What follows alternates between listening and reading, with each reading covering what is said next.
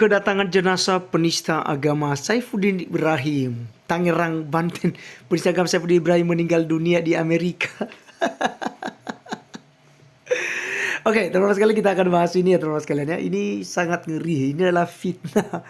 Jadi fitnah itu sebenarnya itu lebih apa ya? Ini kebohongan ya. Lebih dari sebenarnya itu kebohongan ya teman-teman sekalian ya. Penistaan. Dan juga sebenarnya pencemaran nama baik, dan ini sebenarnya pembunuhan karakter juga. Nah, untuk lebih lengkapnya, mari kita akan bahas saja teman-teman sekalian berikut ini. Bismillah wal ibni wal rohil kudus illahu wahid. Salam aleikum bismi Yeshua HaMashiach. Dalam kesempatan kali ini teman-teman sekalian, kita akan melihat satu berita ya, yang sebenarnya ini sudah cukup lama, tapi saya terkejut tadi karena saya baru lihat dan juga baru nonton video daripada teman kita JDP ya, channel, dan dia udah ganti nama channelnya menjadi Kitab Orang Jujur ya. Ini teman kita, silakan dukung dan subscribe channelnya. Teman-teman sekalian, sangat terkejut. Kenapa? Karena memang thumbnailnya itu mengabarkan bahwa Bapak Pendeta Saifuddin Ibrahim telah meninggal dunia dari Amerika, dan jenazahnya itu dibawa ke Indonesia dengan menggunakan ada pesawat Qatar, kemudian ada pesawat apa lagi tadi itu ya, untuk menuju Bandara Soekarno-Hatta. Memang ngeri teman-teman sekalian. Dan ini siapa yang buat berita ini adalah dari oknum ya, oknum Islam. Oknum. Tapi kalau bilang oknum juga udah beberapa channel itu yang membahas itu. Jadi karena saking mereka nggak bisa lagi membahas dan membalas dan menjawab setiap klaim-klaim dan juga cara Pendeta Saifuddin Ibrahim untuk menyampaikan tentang seperti apa sih Islam itu, gitu ya. Dan kemudian ya tentu saja membongkar ajaran-ajaran yang memang kontradiksi di dalamnya. Ya kurang lebih teman-teman sekalian seperti yang dilakukan oleh Ustadz Ahmad Kainama, Ustadz Somad, Ustadz Adi Hidayah, Ustadz Arifin Nababan, dulu almarhum ya, udah 3 almarhum yang penghujat besar ya, Stephen Rawibowo, pembohong besar begitu ya, dimana dia katakan sampai giginya patah ditonjok pendeta karena dia mualafkan anak pendeta. Lalu ada Agustan ya, Ustadz Agustan ya, juga yang kentutin Alkitab begitu teman-teman sekalian ya. Dan juga ada Insa Mogoginta yang menulis itu 101 alasan Yesus bukan Tuhan. Tapi ketika ada orang Kristen yang kemudian melakukan hal yang sama, oh itu penista agama. Dicari gitu ya, sampai di luar negeri dicari. Pendeta Saifuddin Ibrahim sampai terancam dan bahkan terbukti tidak bisa pulang ke Indonesia, karena kalau dia pulang ke Indonesia pasti ditangkap. Tapi ngomong-ngomong, kan ada surat terbuka disampaikan kepada pemerintah waktu itu. Pendeta Saifuddin Ibrahim akan menyerahkan diri kok. Tapi harus ditangkap minimal itu ada 20 lebih daftar nama ustadz-ustadz yang dianggap radikal oleh Pendeta Saifuddin Ibrahim. Itu juga harus diproses. Tapi sampai hari ini kan tidak ada satupun. Ya, tidak ada satupun teman-teman sekalian. Kenapa? Karena ketika mereka membahas Alkitab itu bebas.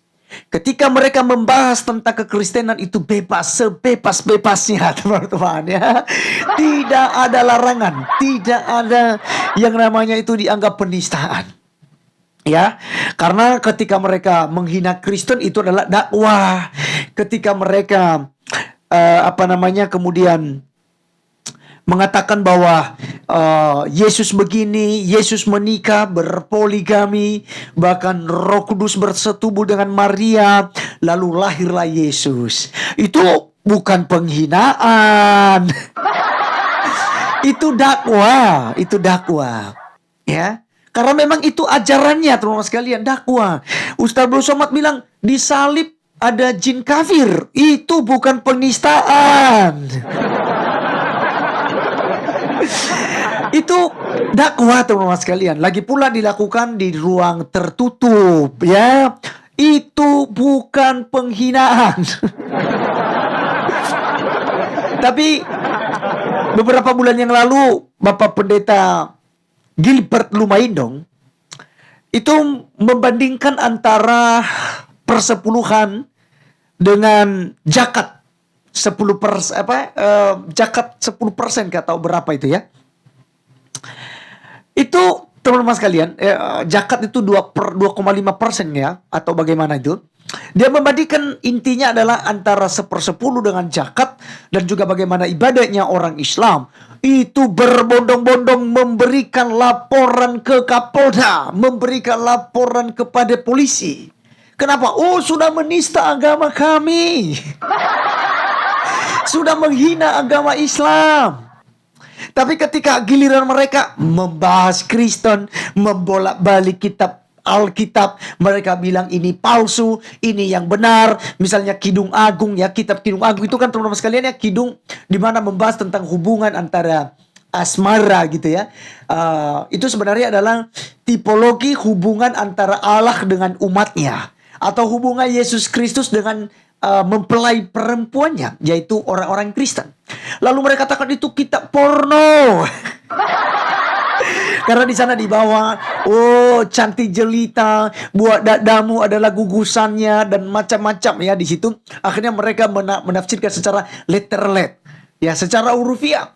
Lalu mereka berkata ini kitab porno. Tapi ada di dalam Kidung Agung pasal 5 ayat 16 kalau nggak salah, tentang kata mahdim. Ya, Mahmadim dia itu dikutip teman-teman sekalian, dikutip jadi nubuatan dengan nabi mereka. Jadi nama nabi mereka secara tidak langsung mereka akui ada di dalam kitab porno. Karena kan Kidung Agung dibilang kitab porno. Lalu kan kok bisa ada nama nabinya di situ? Ya, di kitab porno itu. Tapi di sisi lain Alkitab palsu, Alkitab karangan manusia, karangan Matius, karangan Markus, Lukas, dan Yohanes. Tidak benar, itu bukan kitab suci. Tetapi di sisi lain, di kitab palsu inilah mereka mengutip-ngutip ayat untuk membenarkan tentang Muhammad. Lucu enggak itu teman-teman sekalian? Sangat lucu. Tapi inilah agama abad ke-7. Ya. Ya, kita biasa bilang di TikTok, si bungsu. Ya, si bungsu memang begini kelakuannya. Mengklaim ini, mengklaim itu. Misalnya kata Allah dicuri oleh orang Kristen, kata Alkitab, kata Rasul, kata Injil itu dicuri oleh orang Kristen. Padahal jauh sebelum Islam ada, itu sudah orang Kristen menggunakan kata-kata itu. Yang berikut mereka katakan bahwasanya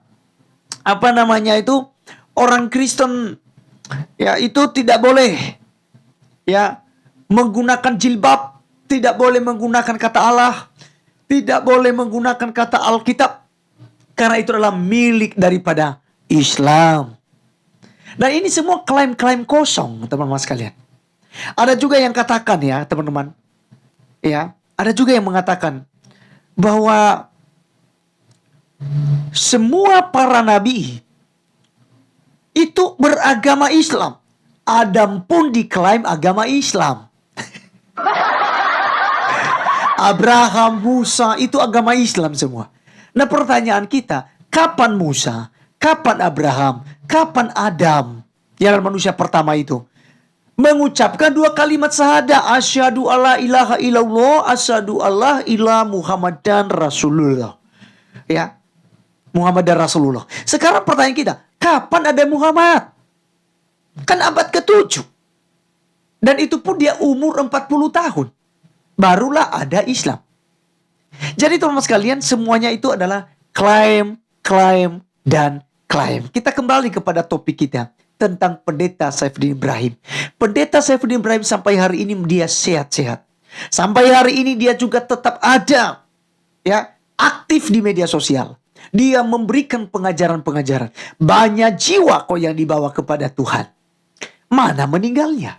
Tidak ada. Semuanya itu adalah hoax. Jadi kalau memang dasar ajarannya dibangun dengan kebohongan, maka itu akan melahirkan kebohongan, kebohongan, kebohongan, dan kebohongan. Karena memang dosa akan melahirkan dosa. Maka teman-teman sekalian, bersyukurlah karena Anda sudah berada dalam jalan yang benar. Anda sudah percaya kepada Tuhan Yesus Kristus. Jangan sia-siakan, percaya terus, berpegang pada iman. Jangan jual iman Anda dengan dunia harga apapun, dengan tawaran dunia apapun. Karena hanya di dalam Yesus Kristus kita beroleh hidup kekal dan kita dijamin untuk masuk di dalam kerajaan surga. Oleh karenanya tetap percaya pada Tuhan Yesus Kristus. Dan yang belum percaya, yang menonton video saya kali ini waktu bagi Anda. Jangan tunda-tunda untuk percaya pada Yesus. Jangan tanya kiri kanan Anda. Ikutlah dia, sebab dialah jalan yang lurus. Demikian video kali ini teman-teman sekalian. Sampai ketemu di video berikutnya. Tuhan Yesus memberkati kita. Salam.